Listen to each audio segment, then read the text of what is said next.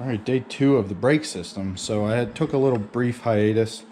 Anybody out there with a 6-month-old knows how family and kids can delay projects sometimes, but that's okay. It's a good excuse. So going forward, I'm going to try to group all my videos together based on subject, so that I start on a particular portion of this build and then finish it all the way through. That way I'm not jumping all around the car. And from an execution standpoint, it really is a lot easier to do that staying on one thing, and it makes it feel like you're actually accomplishing things instead of jumping from front of the car to the side of the car to the back of the car. So back on the brakes, I was able to find all of the original pieces. I found the master cylinder here, had all the hardware still attached to it. Thankfully my dad was smart enough to keep all that. Found the firewall stiffening plate, which is just a heavier gauge steel plate that reinforces the firewall, and that's where the master cylinder will mount. Again, thanks Dad for keeping all the hardware together. And I also found all the lines. Unfortunately, it doesn't look like I'm able to use any of them, which we'll get into in a second, but I am not going to be using this master cylinder. It's a cast iron piece. They do remake the cast iron 4-bolt master cylinders. The fittings did come out nice and easy apparently back in the day, but being that the braking system is so important in a vehicle, especially in a drag car application, I wanted to make sure that the master cylinder that I'm using is able to match the performance of the Wilwood disc brake kit that I just installed, and no better kit to buy than the actual Wilwood master cylinder. It's a 2-bolt piece, very similar to the standard 2-bolt aluminum housing master cylinders you see out there, but the big difference and why I didn't go with those ones is because the reservoir on this one is all metal with a metal lid. I had a Mopar Performance aluminum master cylinder on my race car with the plastic reservoir. Everybody has seen them. They're very standard these days. And I was never able to get the 2 caps to seal tight. I even added extra gaskets, but they always were loose. They always seemed to weep a little bit. The performance was great. I never had any issues with that, but whenever I took the hood off, the reservoir was always a little bit damp or a little bit wet, and it just looked terrible, and I refused to go through that same issue with this car. I don't want everything to look fantastic and then you look on the firewall and there's a soaking wet master cylinder sitting up there. So Wilwood offers this all aluminum piece. I got a really good deal on it, and I also decided to buy the kit that had the integrated proportioning valve in it. It mounts right alongside, nice and close into the fender well, and utilizes these 2 bolt holes here. The reason why I wanted a proportioning valve that I could adjust versus an internally proportioned unit like these old ones were is because this car is going to have really skinny front drag tires on it, and I do not want them to lock up at the end of the track when I'm trying to kill numbers. I don't typically drive the finish line too aggressively where that is the case, but I want this car to be able to kill numbers and kill speed and ET as quickly and efficiently, but as safely as possible. And being able to adjust the proportioning valve so that I get a nice even application of brake pressure front and back is really critical, especially on a car that is going to be riding on wheels that are so different than what it came from the factory. The proportioning valve has a front in, rear in, and then 2 front outs with a rear out. We're going to have to block off one of these front outs, but that's okay.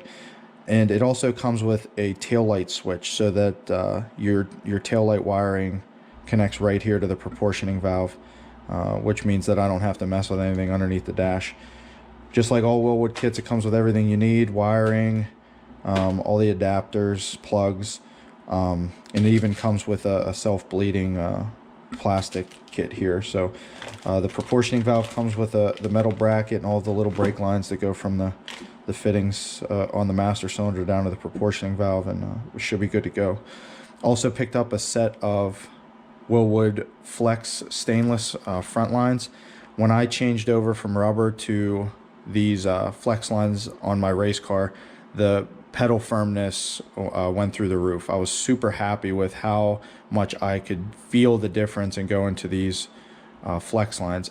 I'm sure that race car needed its front brakes bled or its brakes bled a little bit, which caused the pedal not to be super firm. But whenever I installed these, it was a night and day difference, and I always said that anything going forward would be those flex lines. So to go from the 4-bolt master cylinder on this stiffening plate over to a 2-bolt setup here, I picked up an adapter from Mancini Racing that is made by AR Engineering, and it is super nice. Andy really did a good job on this. You can tell everything that I've ever purchased from his company has been really top notch. You get the sense that he doesn't just put stuff in a box and send it out for a sale. He actually goes through it and thinks things through, and it makes it look really nice, so that whenever you do open the box, it is something that you can be proud that you actually purchased. Adapter from Mopar Performance is totally flat, doesn't have any studs. I'm sure you could make one of these if you had a drill press pretty easy. I don't. For 40 bucks, I'm not going to make one of those anyway. So looking at the lines, front lines that go from the master cylinder down to the distribution block were in pretty decent shape. I could clean them up. I mean, they're rusty, but I could clean those up if I had to. The ones that go underneath the fender well, not too bad on the driver's side. But the nail in the coffin was this line from the passenger side front brake over to the distribution block. It got cut apparently whenever we took the brakes off the first time, so that meant I could not use it. So I've ordered several kits over the years from brake line manufacturers. This one is from Right Stuff, and I always have the same sense whenever I open the box and I pull all the lines out. This is the wrong kit. You know, they don't look exactly the same. Most of these can be massaged, but it's always this one that goes over the firewall that makes me scratch my head thinking, this is nowhere close to being right. Everything over here looks pretty good. I mean, the profile that follows over the firewall is a little bit different. I'm sure there was a reason why it's different, but it's getting over here is always the issue. It was the same way whenever I changed the lines on my Cornet. The line that came over the firewall was just in a totally different spot than I thought it should be, but I can probably make these work. Just bend them down. It's probably pretty standard. It's not outside of my skill set. I did find the distribution block. I'm glad that I found it because this is 85 bucks new, and it's just a brass distribution block. I cleaned it up with a sandblaster and then kind of scuffed the brass a little bit just to make it look presentable. So this is a brake warning switch. For the years, I thought that was the adjustment to a proportioning valve in here, but that is not the case. If your front brakes go out or your back brakes go out, there's a pin in here that will slide, and it will create a grounding contact, I believe, to this wire here that plugs on, and then you'll get a warning light on your dashboard. I'm assuming this car has it. I mean, I would think that every car out there has it that had this distribution block, but the question is, does this actually function? And I'll check it with a continuity tester later, but this is how it's going in. This hole here was for a separate distribution block for cars that had rear drums and front discs. In this distribution block, the way it was described on the internet was that it looked like the state of Texas, is so that the front brakes grab just slightly before the back ones do. And I'm assuming that's just to get you that downward lurch of the front of the car to get that weight transfer to help with braking. This car didn't have disc brakes, so it doesn't have it. But my goal for today is to get this mounted, get everything buttoned up so that I can finish the front brakes finally, and then move on to something else. So let's see how good this kit actually goes together.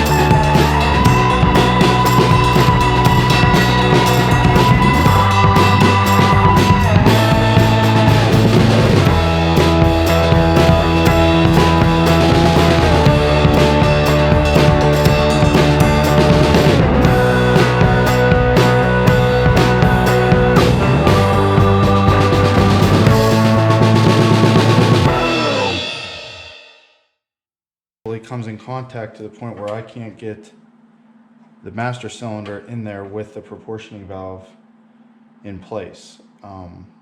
It's probably going to be really tight to the point where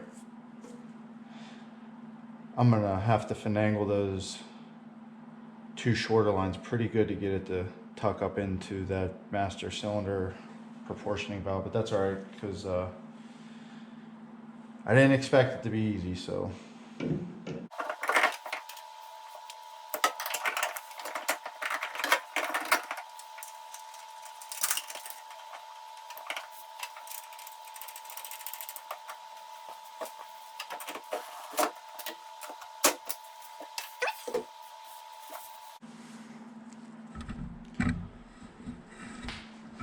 just to give you guys an idea of how tight that actually is with that proportioning valve, I mean, I can't stick my hand down beside the fender well in this proportioning valve, so it's a good thing they gave us 2 outs for the front. I think I'm gonna have enough space to sneak that front up into this one, but man, I don't think it could get any tighter. I actually never considered how tight it was going to be, so let's keep chugging along and see how far we get.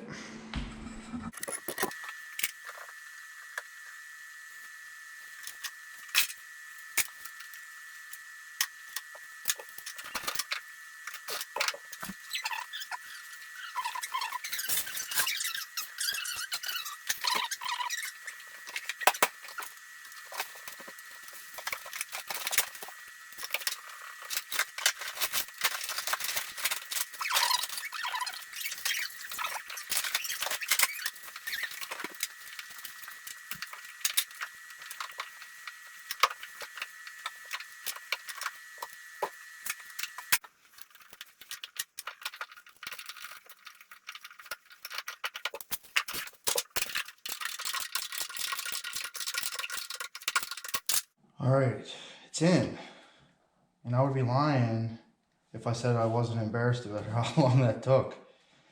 Everything is so tight in there that if you don't get, you have to set everything up super loose on brake lines. Because if one little section of the system is too tight, you're never getting the other ones lined up. So that shouldn't have taken that long, but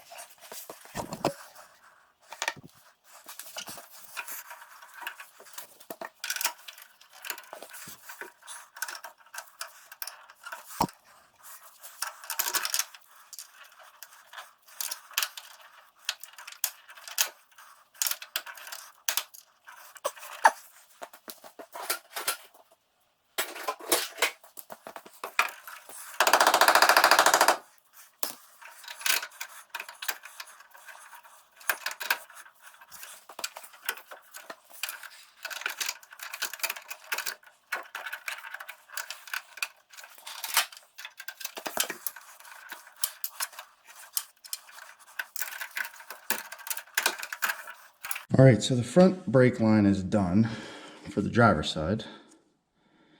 I have it attached with the flex line here. I'm not sure how much of that you can see because of how dark it is. I forgot my shop light. I've been regretting it since I got here. But I do want to touch on something, and I don't want to turn this video series into nothing but me complaining.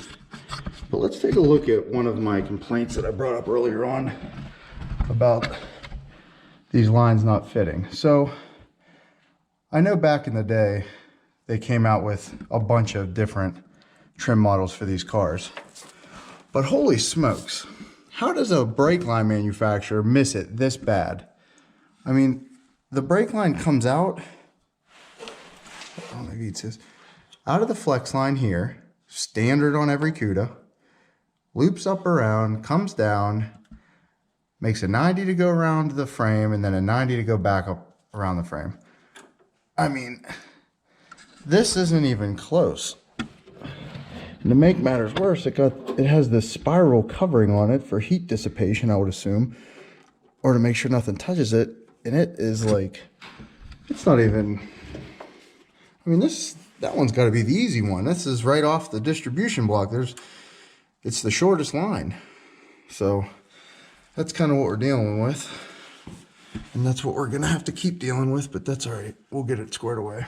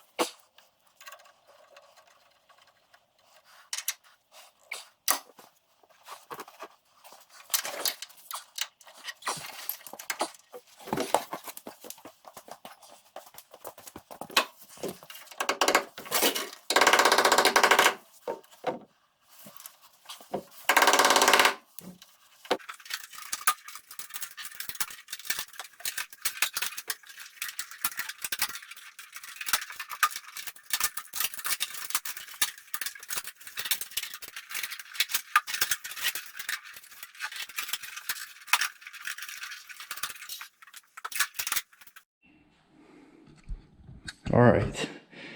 So after struggling with those brake lines for longer than I probably should have, I looked at the tag on them, and it appears that the manufacturer accidentally placed the wrong firewall line in the box. The firewall line was way off compared to the front passenger and driver lines that go to the tabs that connect to the flex line. They were also poorly fitting, and I don't want to turn this channel into me complaining about fitment issues, because this is going to likely be par for the course, but some of this stuff, I mean, is not really custom. I mean, these brake lines are 471 E-bodies, so they should be right, and they should fit good, because while tolerances weren't exactly dead on back in the 70s, they were close enough where these brake lines should be something very repeatable for manufacturers. So the important part is, though, I got the master cylinder installed, I got the distribution valve installed, and I know that the flex lines are good. I'm actually going to hold off on building the brake lines for the distribution valve, or the proportioning valve to the distribution block, because it would be a heck of a lot easier for me to do that with the engine out. And because the engine has to come out anyway to do some other stuff, and it's probably going to come out a handful of times before it comes out just prior to painting, I'm going to hold off on doing those. So, but I did accomplish what I set out to do. I got everything mounted, and everything that could become a clearance issue in a roadblock has been installed, so that I can move on to other things like the headers in the exhaust system, kick down linkage if I need to do that, but I may be changing plans for the transmission, so we'll see, and power steering and air conditioning. So not a total failure. Certainly doesn't feel as good as or as accomplishing as some of the other projects, but it is what it is, and this video is probably much longer than it should be, but overall it looks very good. Hopefully it functions well.